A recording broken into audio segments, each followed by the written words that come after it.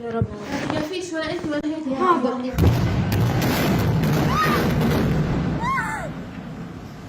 يا الله اتصل هنا في البرج، هنا في البرج.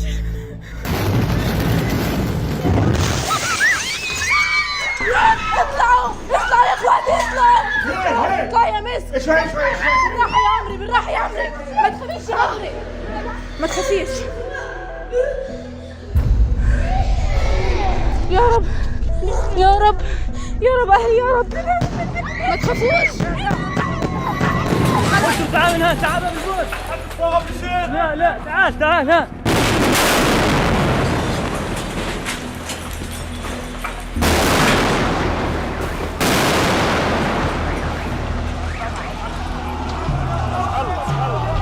قصف جديد الآن، من جديد انهار البرج.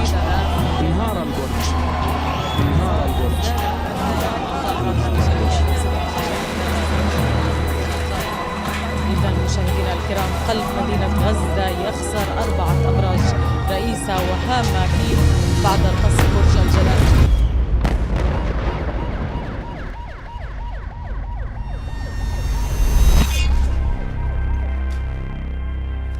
אנחנו בעיצומה של מערכה כבדה, מבצע שומר החומות. צה"ל תקף אתמול והיום מאות מטרות טרור של החמאס והג'יהאד האסלאמי ברצועת עזה. חיסלנו עשרות מחבלים, כולל מפקדים בכירים, הפצצנו מפקדות של החמאס, מוטטנו בניינים ומגדלים שמשמשים את ארגוני הטרור.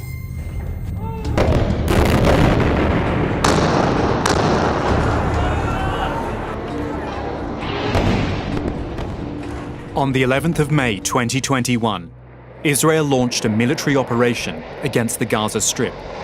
It was called Operation Guardian of the Walls. It followed weeks of increasing tension in occupied East Jerusalem and in Palestinian towns and cities throughout Israel. Israel engaged in several provocations prior to any rockets being directed from Gaza to Israel. Those provocations involved the evictions from Sheikh Jarrah neighborhood in East Jerusalem. And then there were the right-wing demonstrations given police protection in Israel that marched through East Jerusalem neighborhoods shouting slogans to the effect of death to the Arabs, and very provocative, leading to Palestinian resistance.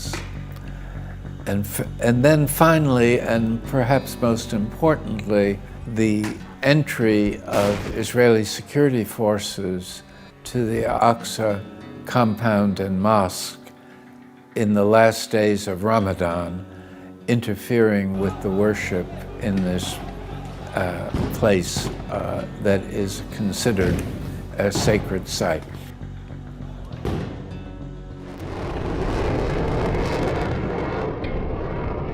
As part of this operation, Israeli warplanes bombed and destroyed 4 tower blocks in Gaza City, where Palestinians lived and businesses were based.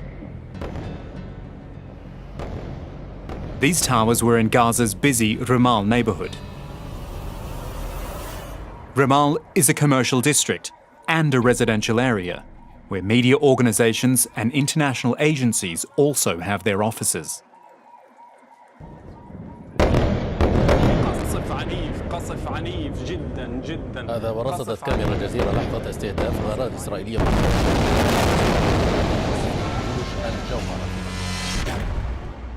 إذا قصف إسرائيلي في قطاع غزة لبرج الشروق. الآن برج الشروق لم يعد موجودا وقد تم تسويته بالأرض. حالة التهديد للأبراج وللمباني السكنية الآن تدفع بحالة نزوح لدى الفلسطينيين وبعض العائلات الذين يضطرون لإخلاء هذه المباني والخروج والاحتماء سواء عند عائلاتهم.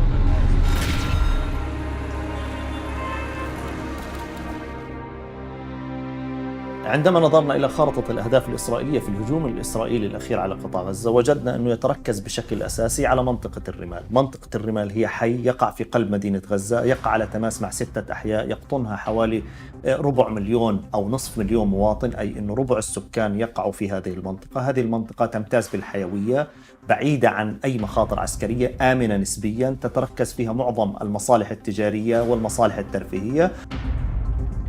You have the Qassam brigades and Saraya al-Quds have an underground network underneath the Gaza Strip at this point that's been built for 15 years.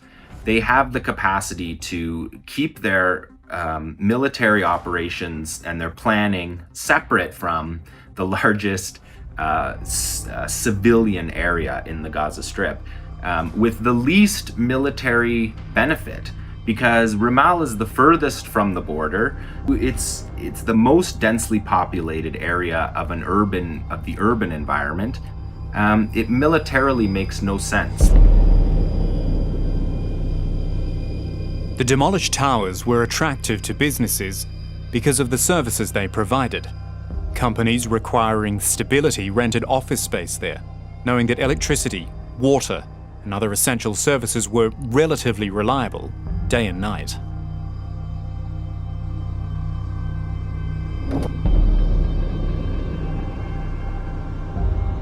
The Hanadi Tower was known for its sea view. It housed serviced hotel-style apartments, a health club, media organizations, technology businesses, and residential apartments. Al Jawhara Tower housed the headquarters of several media organizations, including the Palestinian National News Agency and other TV stations. There were also restaurants, offices, and apartments.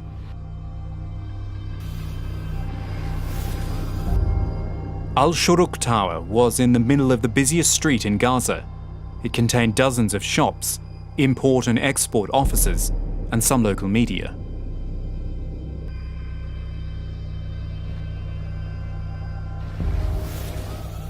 And there was Al Jalaa Tower, where the Bureau of Al Jazeera Media Network and the US media agency Associated Press were based.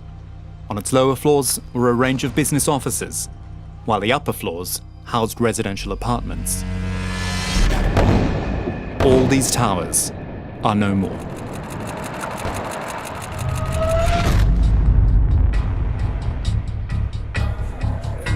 أجرينا فحص وبحث شامل حول هذه الأبراج، بذلنا جهود مبنية من أجل تجميع أكبر قدر ممكن من معلومات من قبيل هوية أصحاب هذه الشقق وطبيعة استخدامها.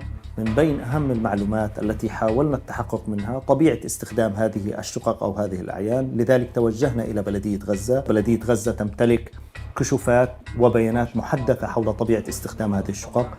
وجدنا أن كل هذه الشقق استخدمت استخدامات مدنية، إما شقق سكنية أو مكاتب خدمية، وهو الأمر الذي يدحض الرواية الإسرائيلية أن هذه الشقق استخدمت لأغراض عسكرية.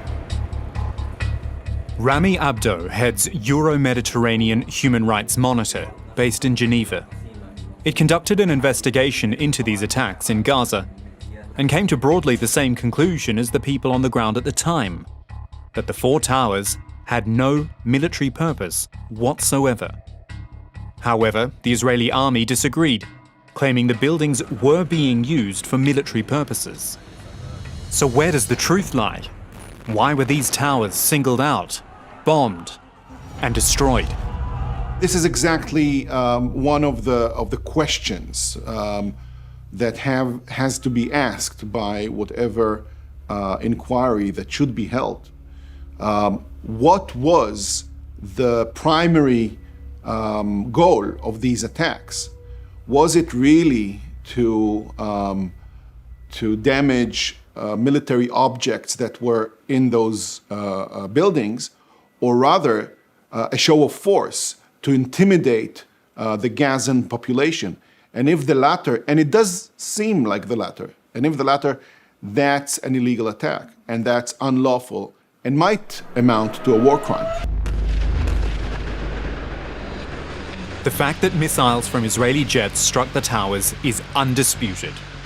But what isn't clear is the reason behind the attacks, or the process of how exactly a building is selected for destruction. One man who may have an idea is Yaron Buskilla. He's a retired Israeli military commander who worked as a special operations officer at the Central Command of the Israeli Army. When we know, and the first one we know that there is a terror organization or there is a terror activity in one of the buildings or a structure, there is a terror structure in Gaza. So first we start with our intelligence unit and we want to find out if there is civilians and not involved civilians in the building or around the building. Second, if we know that there is a civilian there, and we use many kind of ways to check this out. So we warn them. First of all, we call them and we ask them to leave the house. So the only ones that will be hit, it will be only terrorists in the place and not civilians or any other people that are not involved. محمد ايش صار معكم محمد؟ هذا فبلاد فجأة كنا آمنين وفجأة نزلت علينا الصواريخ 63 شقة.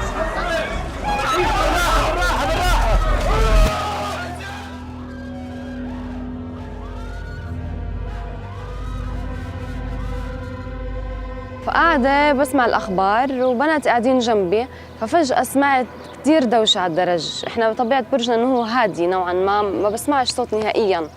فإنه أكون قاعدة وأسمع صوت رجال بتصرخ على الدرج، فإنه أنا شكيت في الموضوع. فطلعت من عين الباب لقيت بيجروا. فتحت الباب لقيت بنت جاري فبتقول لي خالته اشردوا بدهم يقصفوا البرج. طبعاً نزلت، أنا ساكنة على الطابق العاشر آخر طابق. طبعاً نزلنا على الدرج، ما استخدمنا الأسانسيرات، وكله علمك كل برج في كل طابق فيه 6 شقق. كلنا نجري على الدرج، نسوان صغار كبار رجال.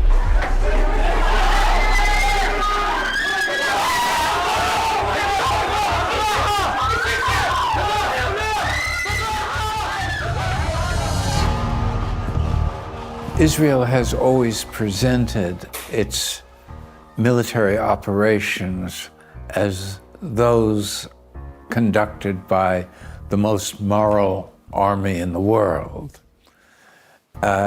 But anyone that's scrutinized its behavior from an objective point of view understands this to be propaganda or public relations designed to convince the world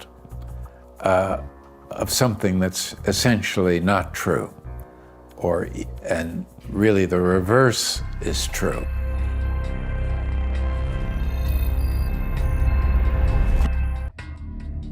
في هذه اللحظات جيش الاحتلال ينذر أحد الأبراج وسط مدينة غزة بالإخلاء تمهيداً لقصفه.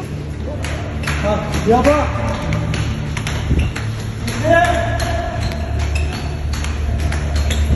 حاج كله زين ليش حاج كله زين بجي بندور معايا بنطلع شقة في حدا ضل من الشباب؟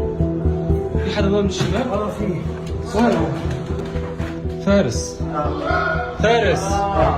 فارس ان شاء الله ما بنقصف يا راجل، بس يلا امشي يا اخي يلا. كان طفيت الكهرب؟ طفيتها؟ طفيناها يلا. A caller from the Israeli military gave a warning of the imminent bombing of Al Jalaa Tower. With the deadline approaching, the owner pleaded on the phone for more time to evacuate. هاي مشوفهم تو رجعوا كانوا كلهم في المستشفى في مكان وين خطروا ال10 انفار امبارح في المجزره. هذول كلهم هيك الناس الجايه، ما في حدا منهم مقرب. اذا اعطينا 10 دقائق ساور المسؤول قول له يعني 10 دقائق ما حيصير شيء. يابا تفضل. كانوا لقيتوا دخول العماره ولا واحد، صاروا على الناس.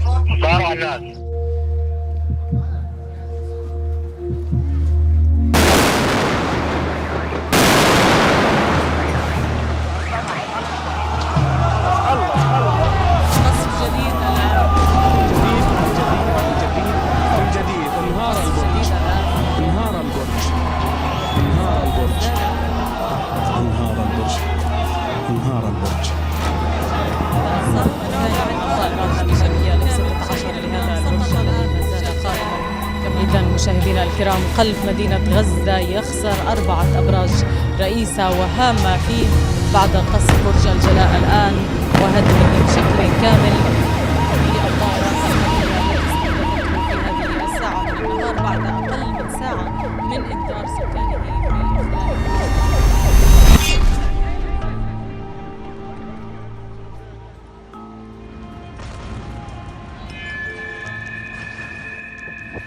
صباح الخير، يعطيكم ألف عافية. أنا الآن في البقعة تحديدا غرفتي في مقر شركتنا السابق. أنا واقف الآن على ركام مكتبي.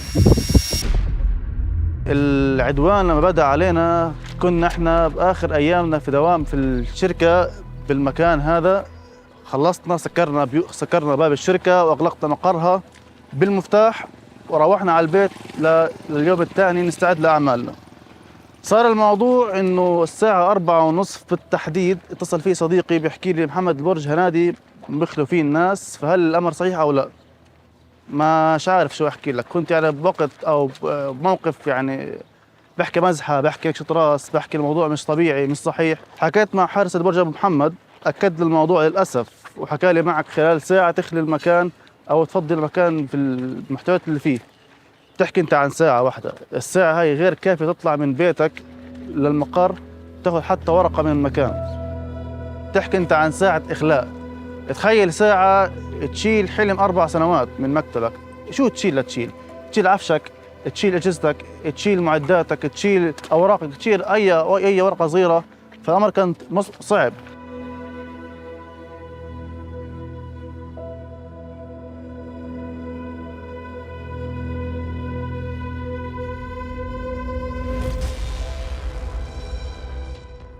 The Israeli army often produces videos about Hamas, the Palestinian group that has governed Gaza since 2006.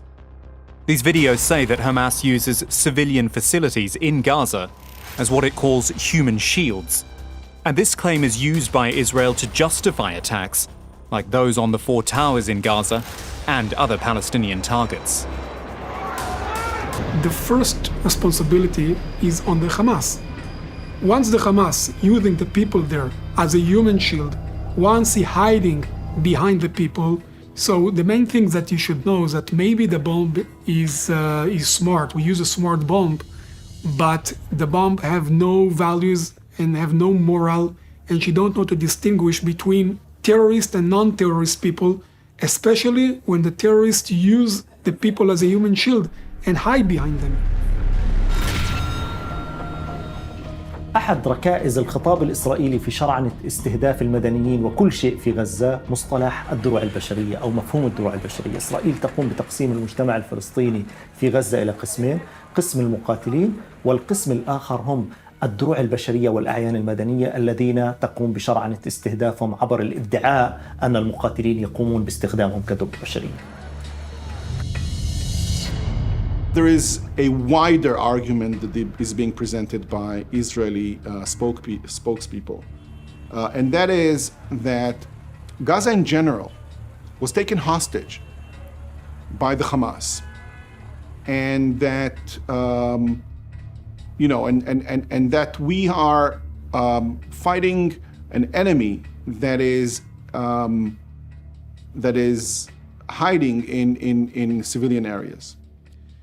Let's take that argument face value. Let's talk about a hostage situation. If Gazans are hostages, then you should allow yourself to do what you would be doing if Israelis were hostages. Would you target a whole house with several combatants or terrorists and kill all the Israelis that are being held hostages there? I mean, if Israel really wants to argue that line, that the Gazan civilian population was taken hostage by the Hamas, well, it should treat this situation as a hostage situation. After bombing the Hanadi, Al-Jala and Al-Jawhara towers, the Israeli army gave its justification for the action. It claimed those towers housed Hamas intelligence officers. It also accused Hamas of using Al-Shuruq Tower for what it called terrorism purposes. في برج الجلاء على سبيل المثال كانت هناك مكاتب لاستخبارات حماس. على سطح هذه العمارة كانت هناك هوائيات تستخدمها حماس للاتصالات العسكرية.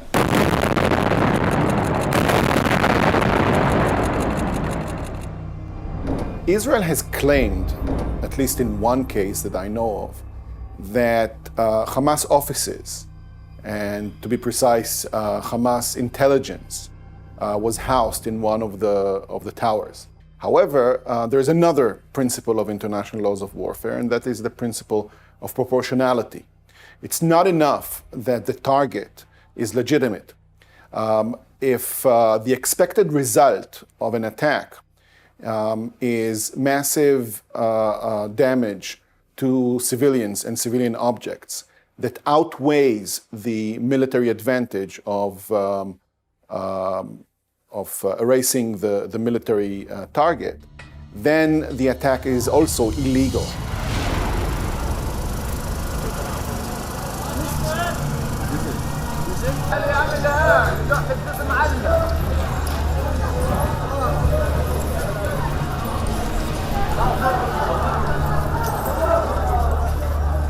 In military terms, the principle of proportionality concerns the obligation to weigh military objectives against the risk of harm to civilians. Armies around the world have the use of advanced weapons technology. Some guided missiles are able to limit the damage they cause, while others are highly destructive, and that includes those used to bomb the residential and commercial towers in Gaza. This choice of missiles gives the attacker the option of creating a targeted explosion in one part of a building, or launching a high-impact missile strike capable of destroying an entire tower block.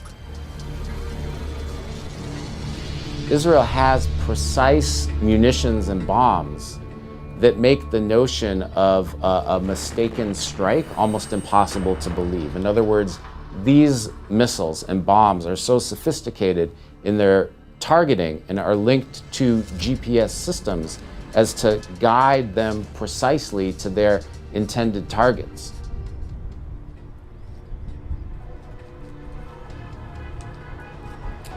Israel in the past has shown that it has this capacity in assassination attacks, or what is called by Israel targeted killings.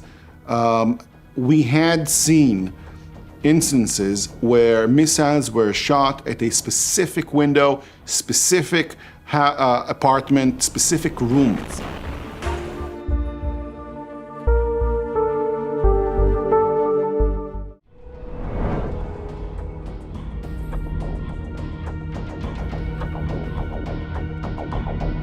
من المبررات اللي قمنا بفحصها وقدمها الجيش الإسرائيلي أنه هذه الأبراج توجد عليها هوائيات ذات استخدامات عسكرية. عندما فحصنا وجدنا أنه هذه الهوائيات تابعة لشركات إنترنت خاصة تقوم بتزويد السكان والشركات بالإنترنت. حتى جدلا أنه هذه الهوائيات تستخدم لاستخدامات عسكرية، كان بإمكان الجيش الإسرائيلي استخدام قنابل صغيرة أو استهدافها بشكل محدد دون إحداث أضرار في باقي البرج.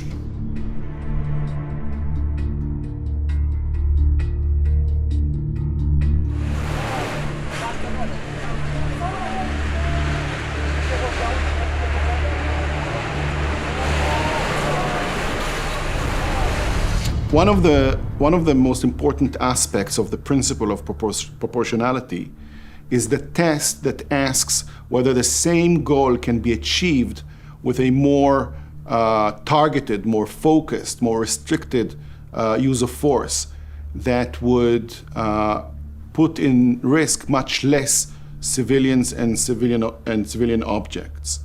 And so if, for example, the Israeli forces reach the conclusion that there are Hamas military offices in an apartment building, in a tower, and they are located in one or two floors, and they can target those floors only, then of course, if they target the whole building, that would be unproportional.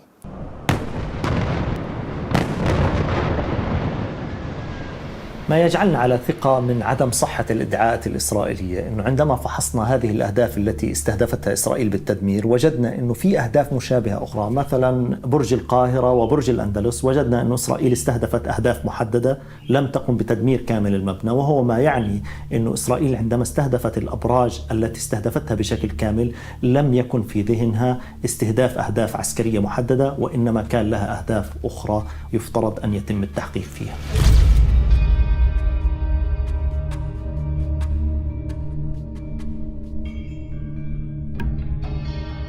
فانا من حديثي مع ضابط المخابرات بقول له يا اخي اذا انت تعرف انه باستخباراتك انه في شقه كان المفروض حذرتنا، حكيت لنا عنها، احنا كان خرجناه بطريقتنا الخاصه، او انت في امكانك انت زي ما حصلت في بعض الاماكن تضرب المكان اللي هو في عندك بتقول في خطا او في مقاومه او في عمل تخريبي زي ما بتدعي وبتسميه، ترمي له 12,000 متر مربع بالارض، حرام كده، انت ليش تخبطني؟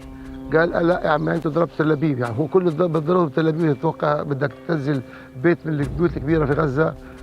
طب اعطيني بس مبرر، ما اعطاني مبرر ولا حكى ولا شيء، يعني لو لا حكى لي انه في عندك مخربين، في عندك، لو عنده هو علم ما كان حكى لي، قال لي احنا في الطابق، ما دام هو عنده علم انه في مخربين هنا وعنده معلومات استخباريه ما كان حكى انه في الطابق الكذا في شقه لكذا او في المكتب الفلاني في مكتب بدير بيعمل بيسوي. If they knew that the strategic militarily relevant equipment was in the building, that they must have known where in the building that it was. I mean, it would be hard to have the one type of knowledge without the other type of knowledge. And I think that a more reasonable interpretation is that this military operation was directed not only at Hamas, but at the overall population of Gaza. They had a hybrid motivation of both deterring and destroying what they could of Hamas's capabilities, but also warning the people that if they tolerate the leadership of Hamas, they must expect to suffer consequences at the same time. I've lived there for a number of years, and there's nowhere safe in Gaza. They're using the large weaponry as a spectacle to create an image that it goes on television. That's what it's for. It's so that everybody in Gaza gasps and says, oh my God. That is the point of that is the military objective, is to scar civilians. It's to terrorize civilians. It's to create a punitive cost, a penalty for resisting, for not just staying in your ghetto on starvation level Israeli allowances through the checkpoints, and to not say anything about it. And as soon as you fight back, they want to make the cost as heavy as possible. While Israel and Israeli lawyers have been referring to the Hamas offices as a justification for the attack, other Israeli spokespeople have said different things. They have talked about the damage to the towers as an advantage in convincing the Palestinian population that the way Hamas conducts its affairs will bring about economic collapse, that the collapse of the buildings is intimidating, and it's a show of force. Now, these kind of statements give rise to even deeper suspicions that it's not just a disproportional attack, but that actually the target of the attack was not a legitimate target. The aim of the attack was not legitimate, because intimidating the civil society, the population, is not a legitimate aim in the laws of warfare. הייתה תוקפנות שהגיעה מצד חמאס. אולי דווקא בגלל זה חמאס מורתע עכשיו, כי הוא ספג קורבנות רבים מבצע. מתן, לא עושים הרתעה נגד עם, בעיקר אזור תחת מצור, על ידי הרג ילדיו. تقدر تفهم من هيك إنه ما فيش أي مكان آمن في غزة. يعني إحنا كنا مأمنين جداً إنه هذا البرج ما بينقصف، فإذا هذا الشيء راح فخلص ما في أي خط بعد هيك. كل الخطوط عندهم اليود مفتوحة، بيقصفوا سكني، صحافة، وين ما بدك، إيش ما بدك بيقصفوا، ما في مكان آمن عندهم. يعني أنا بدي أشرد وين أروح كله نفس الشيء، كله نفس الشيء. أنا أكتر شيء مكان كنت مأمنة عليه هنا، فخلص راح. بلشت مسيرتي المهنية في برج الباشا في طابق 11 اللي أسقط في عدوان 2014، ثم أساساً انتقلت بعدها لبرج الجوهرة اللي أسقط في العدوان الأخير، ثم جلاء اللي نفس اللي أسقط برضه أيام قليلة يعني. فتخيل أنا كمان حتى ساكن مقيم في بيت الظافر 4 اللي أسقط في العدوان في الحرب في العدوان الأخير، وكمان أنا أهلي ساكنين في مقابل برج الغفري اللي هدد في آخر العدوان، وهي آخر ما أملك برج هنادي اللي أسقط تماماً في شركتي يعني. فإحنا يعني شوف أبراج سكنية، أبراج عملية، لو بنحكي عن مبررات فشو المبرر؟ في برج سكني في برج الظافر 4 شو المبرر فيه؟ الباشا برج مهني شو المبرر فيه؟ الجلاء والجوهر برج إعلامي شو المبرر فيه؟ فيش مبررات، هذه كلها حجج واهية حتى لإضعاف عزيمتنا، إضعاف قوتنا، إنه يكسر شركتنا. بس هاي كل القصة.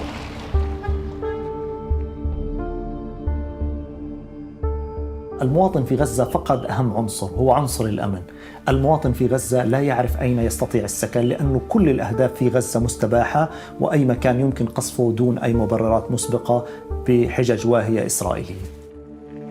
There's a lot of talk in the Israeli media about as if Hamas is separate from the Palestinian people, as if they wouldn't be protecting their own families. They won't put a military installation in the same building as their families because that's not logical to do as a family member. So we have to think of these things in human terms. The Israelis managed to dehumanize the conflict, but nobody in Hamas is setting up a dangerous application next to a civilian environment.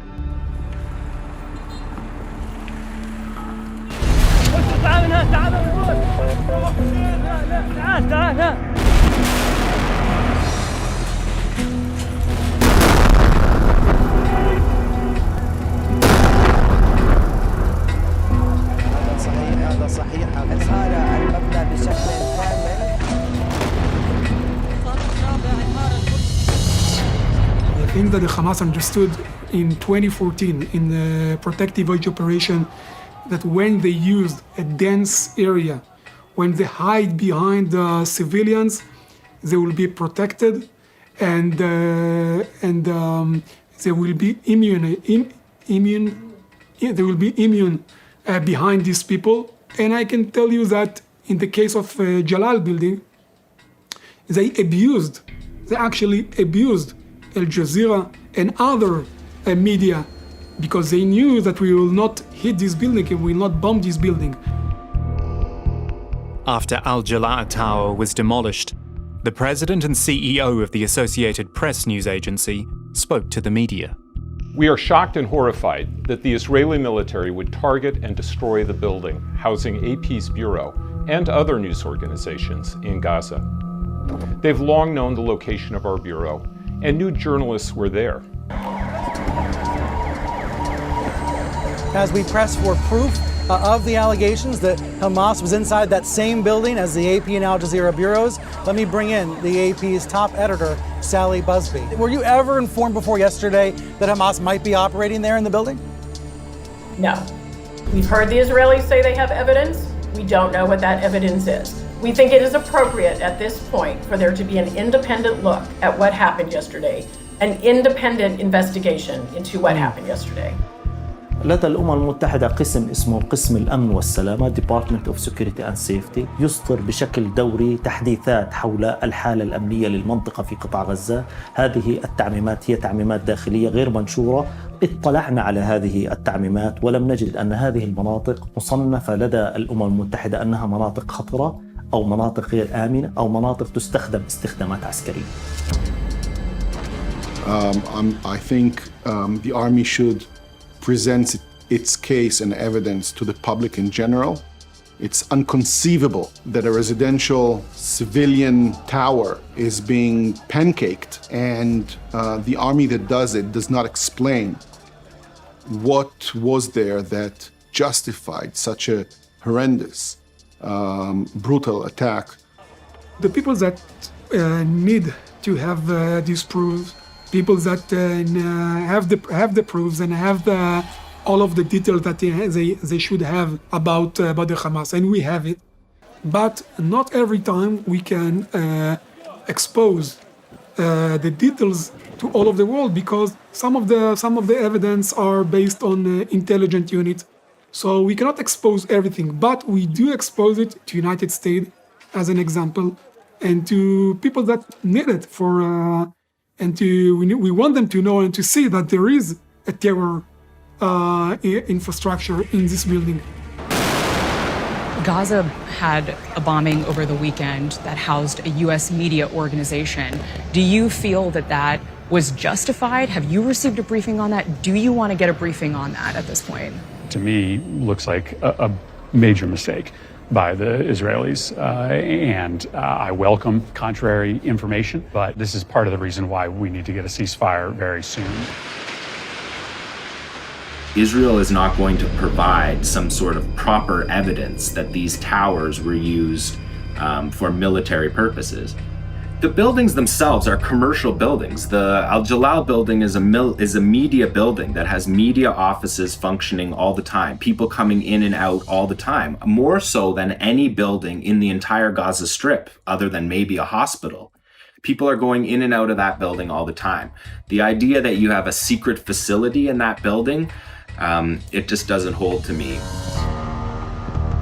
So-called Dahiya doctrine, which was developed in the war against Lebanon in, I think, 2006. Dahiya doctrine was explained by the IDF commander-in-chief at the time as deliberately inflicting disproportionate damage on the civilian population as a way of discouraging Hezbollah provocations. And in my view, and in the view of the Goldstone Commission that investigated the 2008-2009 military operation in Gaza, the Dahiya doctrine has been consistently practiced by Israel. In other words, it has made it part of its policy to engage in disproportionate responses to what it believes to be provocation. I do think that Israel's attacks against residential buildings, against media targets, against healthcare facilities in the Gaza Strip did help to shift U.S. public opinion against Israel, because it was a very dramatic and very visible affirmation of war crimes that Israel was committing, that was played out in real time over social media, over the news outlet. I never heard that the United States criticized about Al Jalal building. As what I know is the Israel gave them the information that they required about the Hamas structures that they have in the building, and from what I know, they get it. But I don't need to hear about this news. I know because I know the IDF, and I was serving in the IDF. We will never hit any target or any infrastructure that we don't know for sure that it's used by the Hamas or by any terror organization. Here here standing on Madison in solidarity to push for an end to the violence. Happening tonight, hundreds march through downtown Chicago as the bloody conflict in the Middle East pause. The Chicago Coalition for Justice in Palestine rallied in March tonight. Israel has been exposed. It's been exposed. Downtown tonight brought thousands of people out in support of Palestine.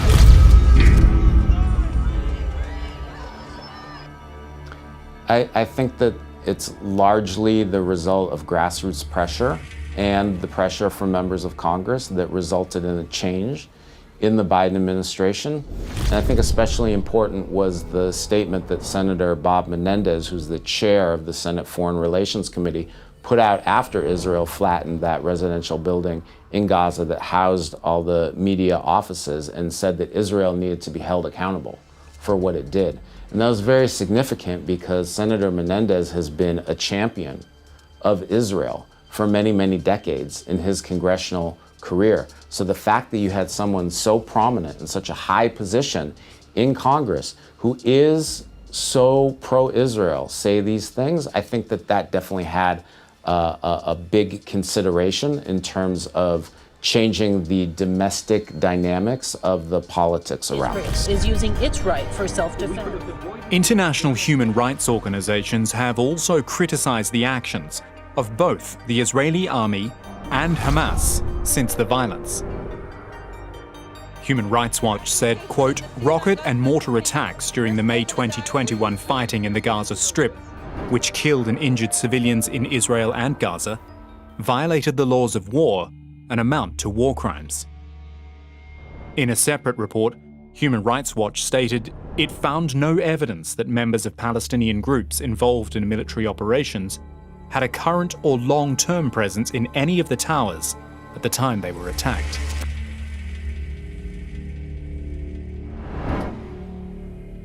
Although Israel undertook a number of precautions, such as advance warning of attacks in some cases, airstrikes in such densely populated areas resulted in a high level of civilian fatalities and injuries, as well as the widespread destruction of civilian infrastructure. Such strikes raise serious concerns of Israel's compliance with the principles of distinction and proportionality under international humanitarian law. If found to be indiscriminate and disproportionate in their impact on civilians and civilian objects, such attacks may constitute war crimes. إسرائيل تدرك زيف ادعاءاتها ومبرراتها، لذلك هي ترفض التعاون مع أي فرصة للتحقيق في الجرائم المرتكبة في قطاع غزة. إسرائيل رفضت التعاون مع لجنة التحقيق الأممية المشكلة عقب الهجوم الإسرائيلي عام 2014، ترفض التعاون مع المقرر الحالي لحالة حقوق الإنسان في الأراضي الفلسطينية، وأيضا رفضت التعاون مع المقرر السابق لحالة حقوق الإنسان السيد ريتشارد فورد. The United Nations top human rights official has condemned Israel's expulsion of the UN's special rapporteur from the country, calling it unprecedented and deeply regrettable. On Monday, Israeli authorities detained Richard Falk and held him for 20 hours before putting him back on a plane to Geneva. Israel has understood that its legal arguments are not persuasive, so they've tended to attack the person or the institution. For instance, they called the ICC decision pure anti-Semitism. Rather than saying it was wrong for legal ground, they didn't bother with the argument. And the same thing in my experience, they want to wound the messenger rather than deal with the message, because their arguments are too weak now. And that's why I've been saying that the Palestinians are winning the legitimacy war. Their grievances are gaining more public support and understanding than Israel's propaganda, even though it's heavily subsidized and all kinds of ideological support. It's losing ground. أنا على يقين أنه لو توفرت آليات دولية للمساءلة وتمكن أصحاب هذه الأبراج وهذه المساكن اللجوء للتقاضي أمام جهات دولية، مما لا شك فيه أنه سيتم إدانة قادة الاحتلال بارتكاب جرائم حرب. احنا لما توجهنا للمحكمة لرفع قضية، احنا ما بدنا نرفع قضية ونخسرها. احنا لولا متأكدين بكل الدلائل وبكل البراهين انه ما في عندنا اي شيء معادي لدولة اسرائيل او مقاتل ضد دولة اسرائيل، ما كان رفعنا القضية هذه. احنا عارفين انه حجج الاحتلال هي واهية وكاذبة، وهي بس رش رماد على العيون لإسكات صوت الحقيقة. Al Jazeera condemned in the strongest terms the bombing and destruction of its offices by the Israeli military in Gaza. It said it viewed this as a clear act to stop journalists from reporting events on the ground. Efforts to rebuild Gaza following the May 2021 attacks are slow. 2 months after the bombings, the World Bank, the EU and the UN concluded a rapid damage and needs assessment report for Gaza. They estimated the recovery costs to be up to $485 million over the next 2 years. The human cost was the death of at least 253 Palestinians, including 65 children, killed in the Israeli bombardment. On the Israeli side, 12 people, including 2 children, were killed by Hamas rocket fire. Despite the bombing of their offices, Al Jazeera, Associated Press, and other media organizations continue to report on events in Gaza.